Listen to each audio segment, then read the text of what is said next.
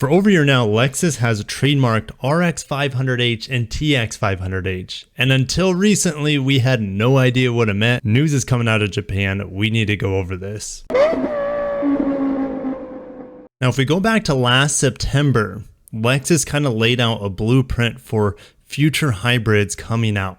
They say for hybrids, our focus is on power output, instantaneous power, while when it comes to PHEVs and BEVs, our focus is on capacity, or what can be called endurance. They talk about how they could use their new bipolar nickel metal hydride coming out, and that's a possibility in the 500h, RX, and TX. But we're heading over to carsensor.net because they've extrapolated from a magazine, MagX, from Japan, that the hybrid system in the RX 500h and TX 500h is going to be very different from what we've seen in the past Toyota and Lexus hybrids. Guys, if you're new to the channel, my name's Kirk, talk about Japanese and Korean cars. If you're into that, smash the like button, subscribe. It really helps me out. I really appreciate that. Speaking of helping me out, also behind me, I have some coffee, Clout Coffee from Nebraska, just like myself. Heading over to their website, they have tons of options here. Their specialty is barrel-aged coffee, whiskey, rye. Currently, I'm drinking just their single origin coffee, which is not barrel-aged and is freaking amazing. The owner of Clout Coffee, Carol, has a Lexus ES. She reached out to me, and I just thought it would be a match made in heaven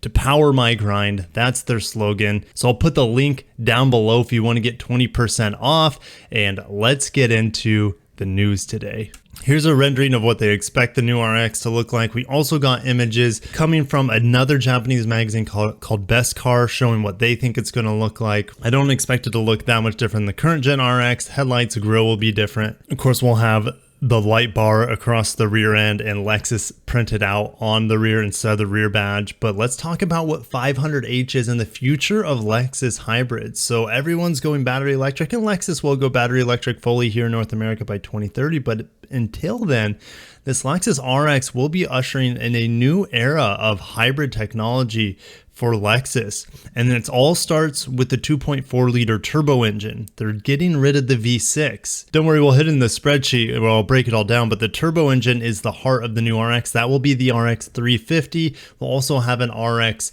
350h. We'll have a 450h Plus. That's a plug-in hybrid. Same thing as the NX plug-in hybrid, just in a bigger vehicle.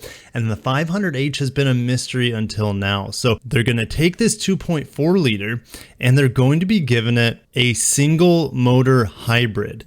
But that's a little misleading because it's going to be two motor. So what we have currently on all Toyota and Lexus hybrids is two motor generators in front, one to kind of start up the engine. Also, it can help with propelling the car now, but the large one is to propel the car forward. So you have two motor generators in the front, and then you have one in the back to give it all-wheel drive capability. Well, they're not going to do that with this vehicle. Instead, they're going to take a page out of what the Germans are doing, what the Koreans are doing with their hybrids, and they're going to keep a normal 8-speed transmission. That comes as a huge surprise to me because it's going to drive like a normal car. Well, much more like a normal car than their CVTs do. And we're going to see the all new 8-speed automatic that we currently see on the NX, and that's going to be replacing the old 8-speed automatic on the current RX. And so they're going to have a 2.4 liter turbo connected to an electric motor, connected to the 8-speed, and that's all under the front of the hood there. And then you're going to have a powerful electric motor in the back, giving you guys a lot more rear-wheel drive characteristics. And this is what Lexus was talking about when they unveiled Direct 4 technology back in December of 2020, I believe. And we haven't seen it on anything other than the badging of the RZ450e fully electric car coming out for Lexus later this year. So we're over at this spreadsheet. I've revised it, and what we have is pretty exciting stuff. The power output from this 2.4 liter hybrid setup could be immense. Here we are, starting with a 2.4 liter turbo. We already know it produces 275 horsepower and 317 pound-feet of torque in the Lexus NX 350.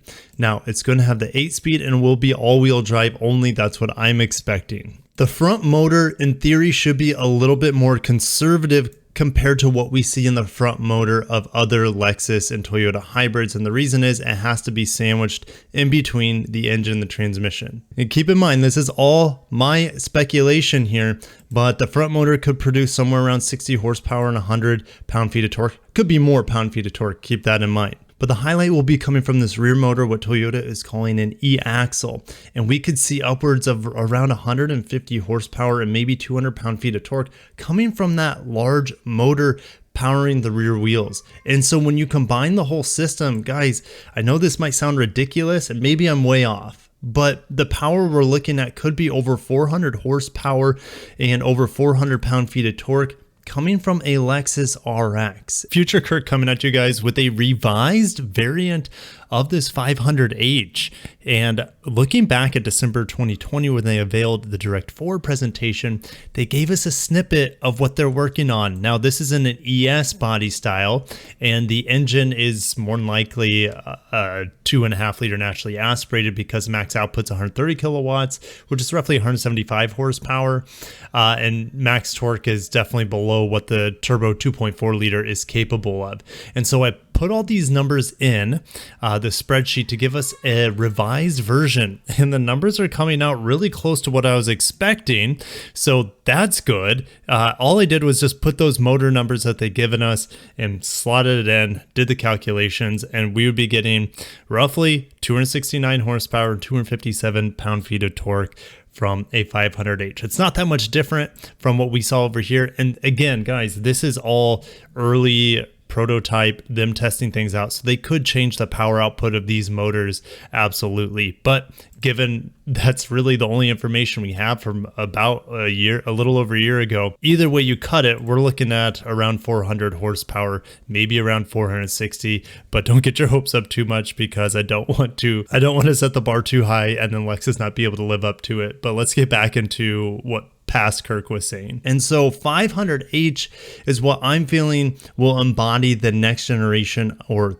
the next iteration of F-Sport performance. Look, the IS 500 that's in my garage right now for review is the first F-Sport performance vehicle. Lexus promised there would be more F-Sport performance vehicles coming, just one step shy of the full F line. And this would be the perfect opportunity for Lexus not only to unveil Direct 4, but also give us F-Sport performance on the Lexus RX. People have been asking for F-Sport performance essentially on the RX for a long time. When I was selling for Lexus, selling tons of RXs, that's their #1 selling vehicle, I had so many people wanting more performance out of the F-Sport badged vehicles. They're like, wait, you're telling me the car looks sportier, it has, upgraded suspension, but it's not faster? I'm like, that's exactly right.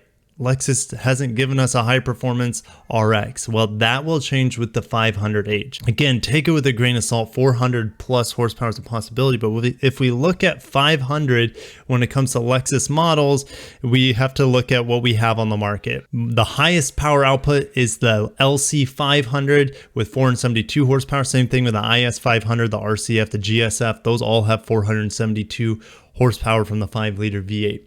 Now we also have on the market the twin turbo V6, the LS 500, and that produces 416 horsepower or so.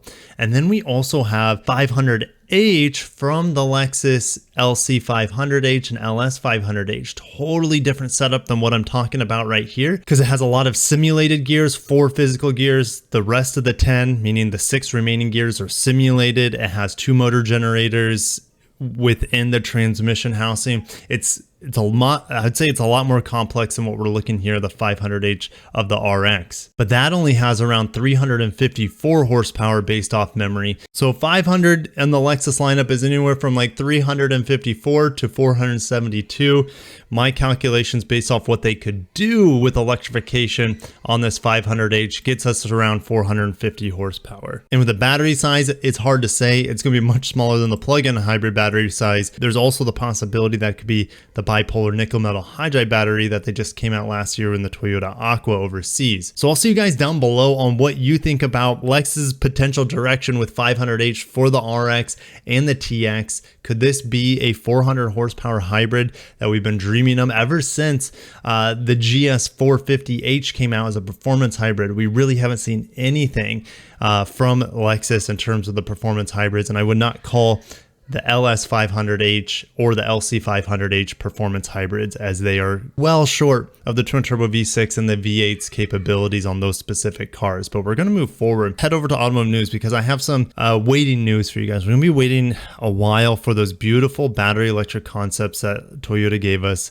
this past December. And the reason is that they're all hinged on solid state batteries. Because when it comes to Lexus, the guiding principle will be go low as designers seek a planted, sporty stance, and performance will be enhanced by solid-state batteries. Toyota is confident they'll crack solid-state batteries because those are lighter, more compact. They'll open new possibilities, especially for Lexus, with driving dynamics being paramount. Tomorrow's Lexus designs will feature an ultra-low center of gravity and other performance-enhancing tweaks, such as sheet metal tricks that boost downforce or increase aerodynamics. So it doesn't sound like these battery electric vehicles that Toyota showed off, besides the RZ and maybe the 3-row crossover, are likely to come before they've mastered solid state batteries, because that is going to allow them to keep the center of gravity as low as they want and the handling dynamics where they want it to be. So Toyota's solid state batteries won't be available until 2025 at the earliest. And then Toyota has also said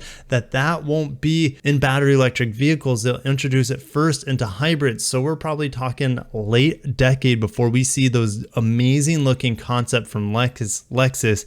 And I know they're going to be fully battery electric by 2030, but they're probably not going to be battery electric mainly by 2030. So my guess is that the ICE models will surge into the next decade, still being a huge part of Lexus, and they'll have a few battery electric vehicles by 2030 available, and then every new vehicle after 2030 announced will be battery electric. So guys, it's kind of frustrating because Lexus keeps teasing us with new images of their battery electric lineup. Guys, I'm not going to get my hopes up to seeing those sort of gorgeous, low slung, high performance battery electric vehicles until the very late end of the 2020s. Some other side news, it looks like the CT200H is going to be killed. It was killed here in 2017. It still lives on other parts of the world. Could be replaced by another small crossover liftback sort of vehicle that Toyota had, or Lexus teased us in the battery electric announcement. Also, there's talks of the Harrier/Venza plug-in hybrid coming.